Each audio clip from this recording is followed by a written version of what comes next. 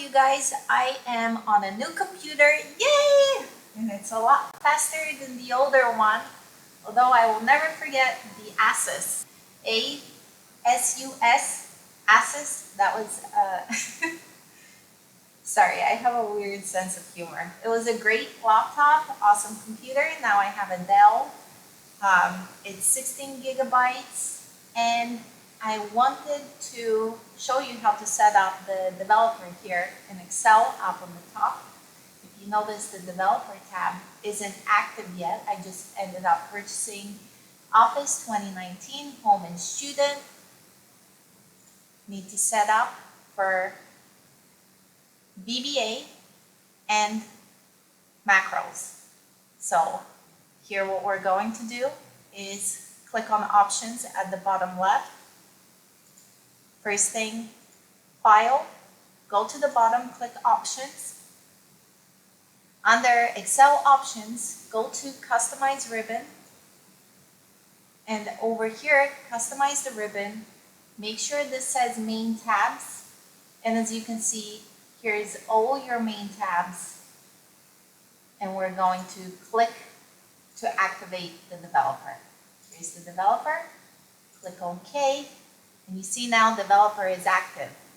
What I wanted to show you is the difference between macros and Visual Basic. Let's call these windows or portals.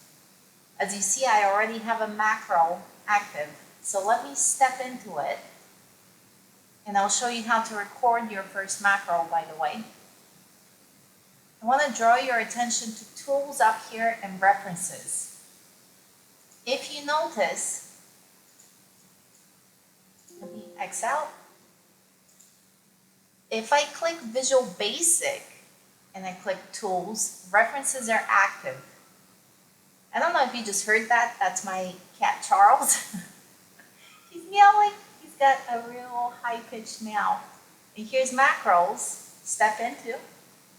I go up here to Tools, and references are not active. The reason this is important, let me go back again here, Visual Basic, Tools, References, is because sometimes depending on who you're delivering your macro to, you may be using some coding that requires these libraries. And if the other computer under the developer tab hasn't been activated here, or it's a different version of Office, it may break your code. The code may be good, standalone, but it could just be the type of software it's running on. So make sure these are the same as the original version that had the code or the programming language in. And it's also connected to early and late binding. So just keep this in mind if sometimes code is breaking, or for instance here, Microsoft Office 16 object library. If I go down a little bit, let me zoom in. I'm doing this with the window and the plus sign. Here's our libraries. And as you see, there's plenty, and there's many here.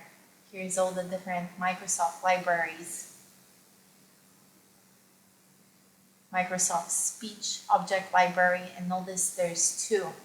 So just keep this in mind if you're developing anything and handing over a script. So you activate it and then go up with the arrow. It takes a while, but you try and get this all the way up to the top so that you can work your code. I may as well just do this right now. As you see, it takes a minute to get it all the way to the top. Wouldn't it be awesome if we had another button here and we say go to top, and automatically it takes that library to the top. Let me see if I can just click and hold. Nope, you have to keep clicking. Okay, I won't do this to you guys, so I'll exit for now. Window at the bottom left of your keyboard and the minus sign will zoom you out. And let me show you how to do your first macro. Here's what I'm doing with macros. I don't have any buttons yet, so how you run macros is developer. You go to macros, and here we'll just run it. Let me delete this. I'll go to macros and I'll just click the run button here. And you can see the macro was basically enter 1 through 4, copy it and paste it from column B. Let me zoom in again. Copy and then paste from column B to column D. Zoom out. And I think what I'll do later is probably make these. No, this is a good point. I hope you can see the font clearly. And I think actually even if I make this bigger, I can do it with control and then roll my mouse in and out. But I could also set this up under options. Unfortunately, this doesn't increase if you set your points here, like if you're increasing the font. It doesn't increase the ribbon. The only way I can figure out how to increase the ribbon is if I zoom in. If I do the window and then zoom in. I'm just trying to figure out what's the best way to present so that it's easier for the end user to see what I'm doing. Okay, so zooming out, and let me show you the first macro, your first macro, how to do it. Click on record macro.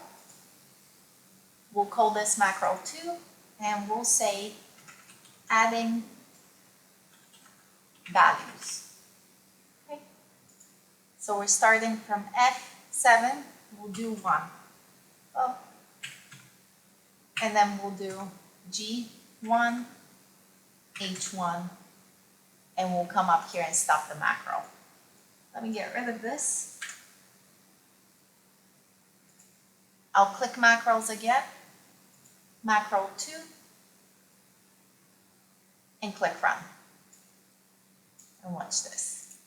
You see, it just ended up populating ones over here. It's just a basic macro. It's to give you an idea that you can record your steps and then you can run your steps. This is super basic. It probably won't add value to anybody for anything just yet. But keep in mind, if you're doing a lot of copying and pasting, you can use this handy tool. We love macros, we love VBA. I have a small business, it's called Jazzfin Company. Check it out under jazzfin.com if you're interested in any material, especially administrative automation. Okay, we'd like to hear from you. Talk to you soon.